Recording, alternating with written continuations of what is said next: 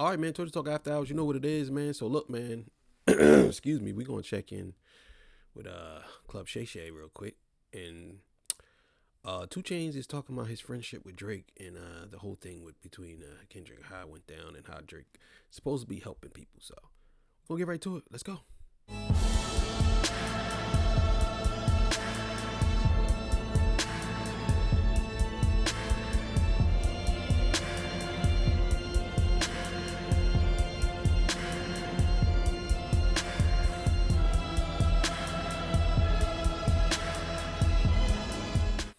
All right, man. So look, man, this is Torch Talk After Hours. You know what it is. So let's get right to the man. Let's go.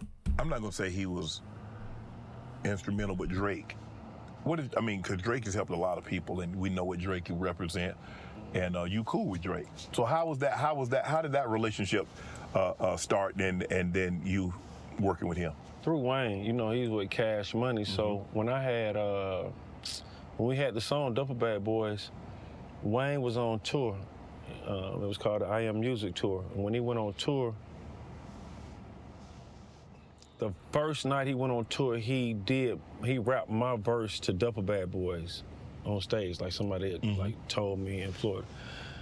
So I'm starting to think that this is a thing with Drake and him doing this.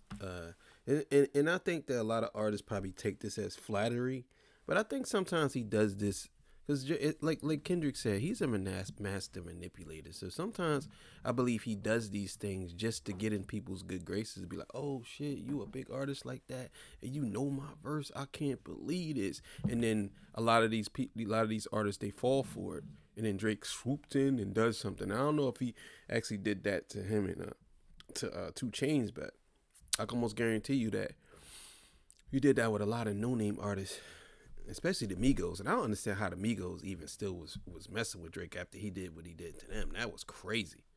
Oh, no, like, bro.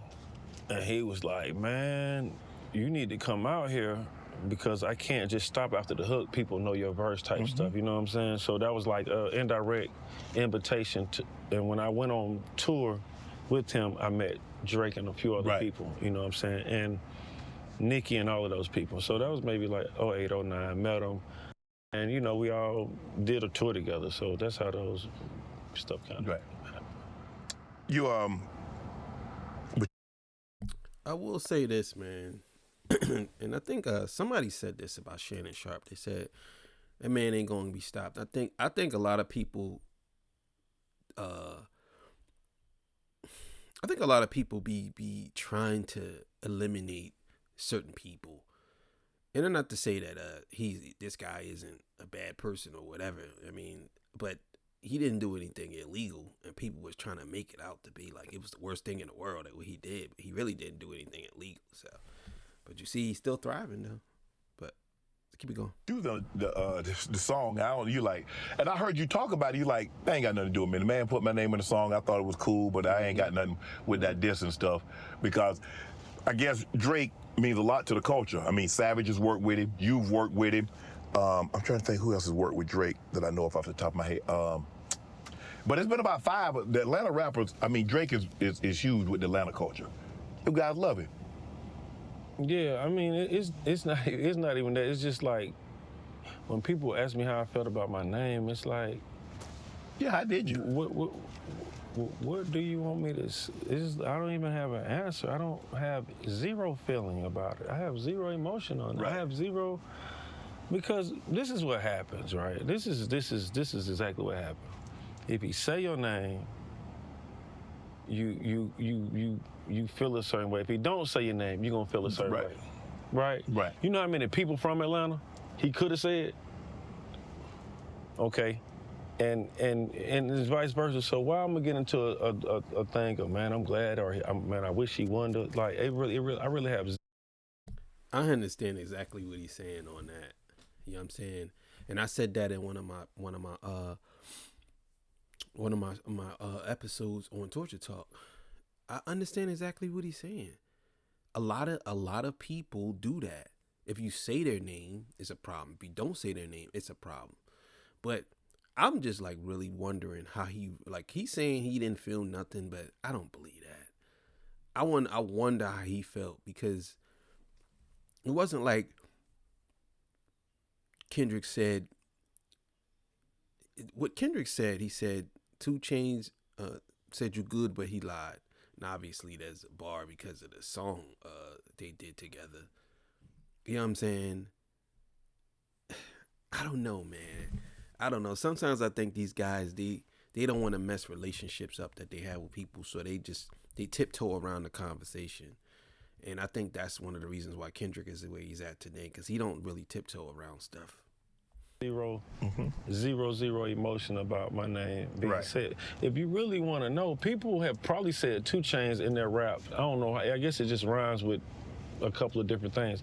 You know, a few times. I hear it a lot. You know what I mean? So it don't bother me, man. I ain't getting caught up in it.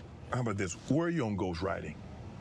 I've never had a ghostwriter before. Are you out on it? You just never have it, or you don't feel that, okay, if you are, because I hear a lot of people say, if you're a true MC, LL say he a true MC, this one says they're true MCs.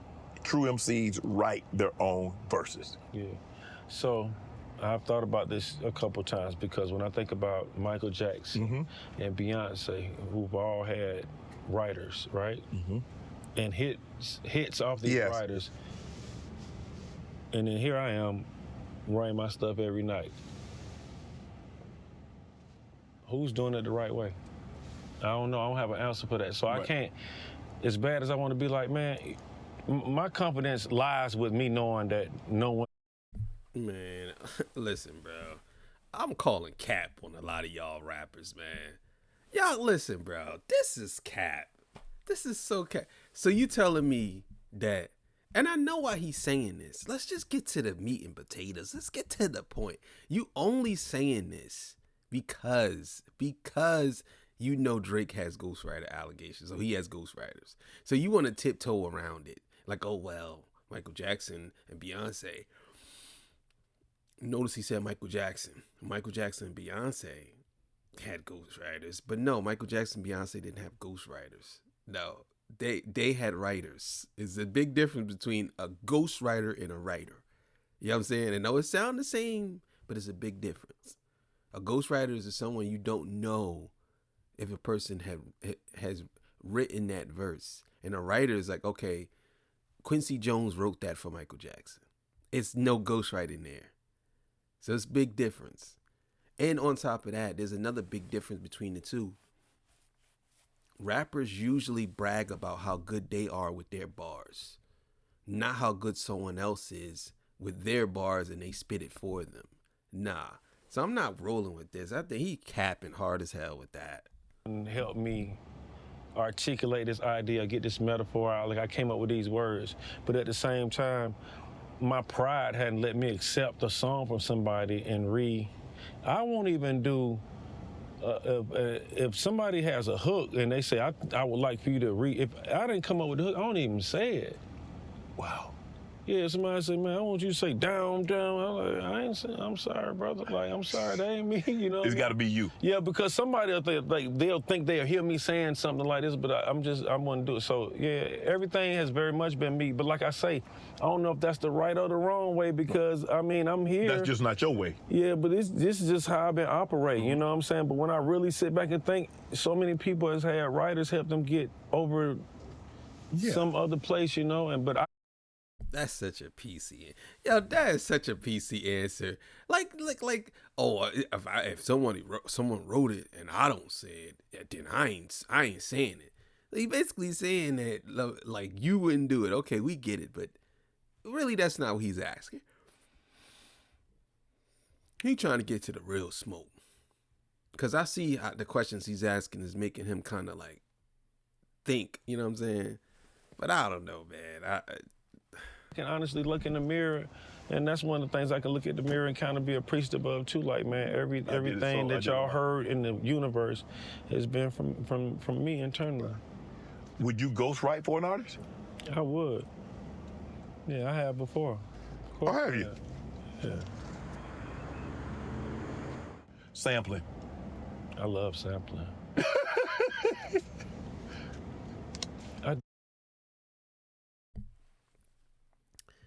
It really depends on what the sample is for me. but I do love sampling too. I definitely think that sampling is something that a lot of artists want to do because that is that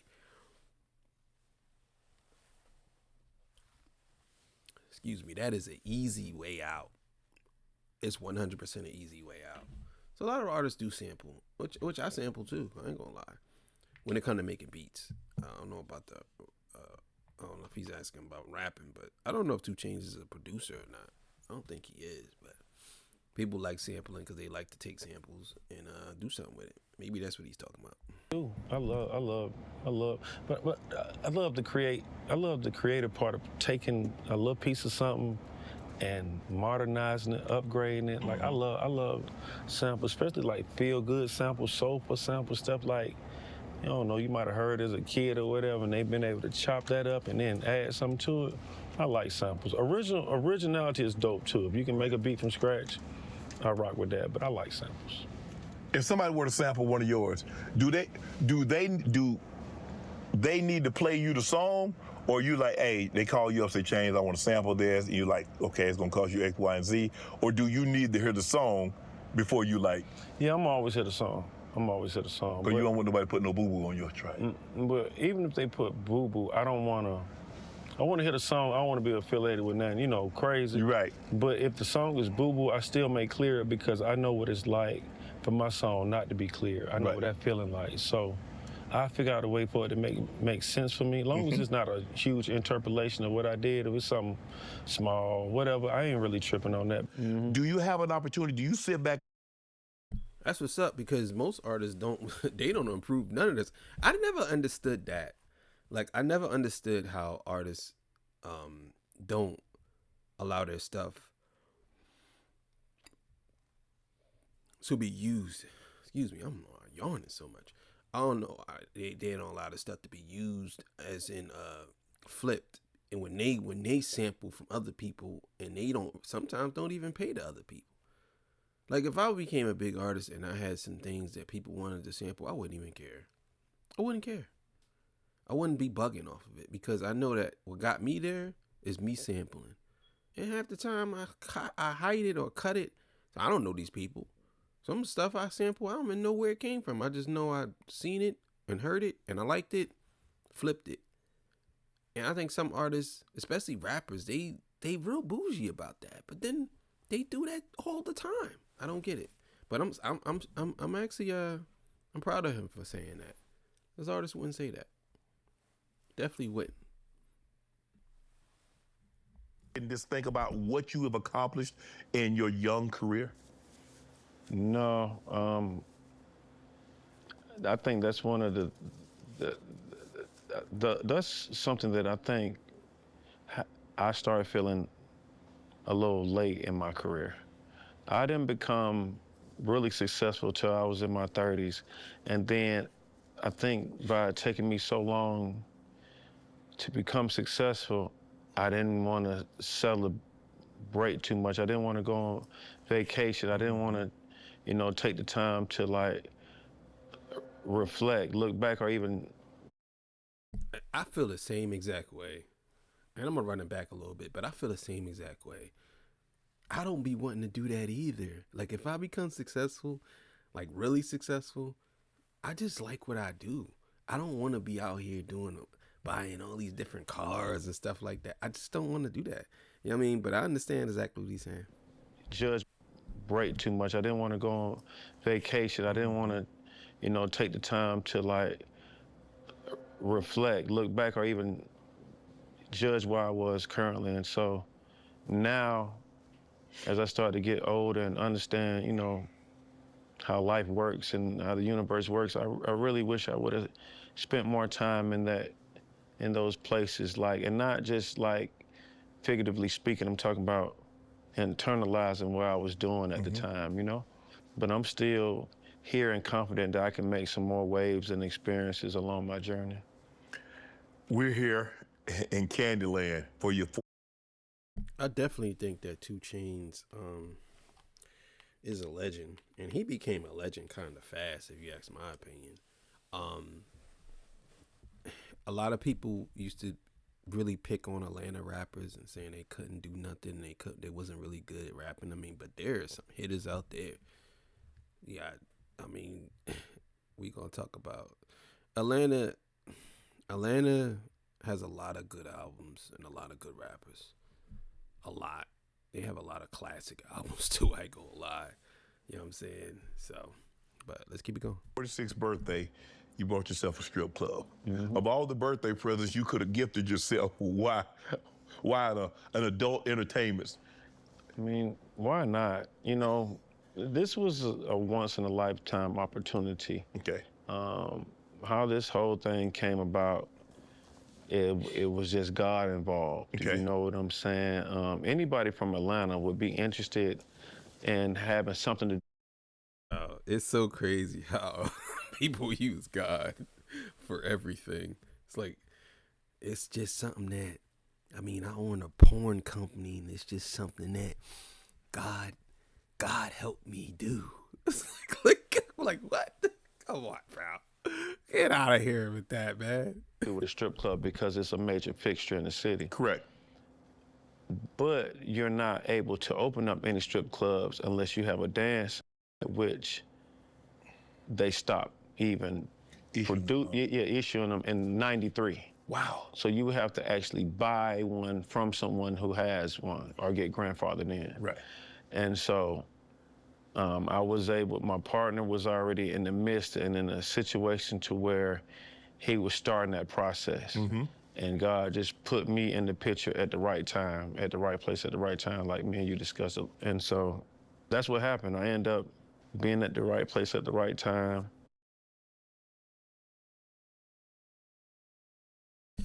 That's what's up, though. I'm happy for him, man.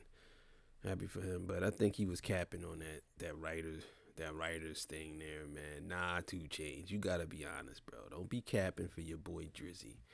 You know what I'm saying? Don't be out here capping for Drake, protecting Drake over some you know what I'm saying, over some ghostwriting allegations. But either way, man, thank y'all for joining me. I appreciate y'all. I'll see y'all on the next one, man. I'm out of here. Torture Talk After Hours. Peace. Bye.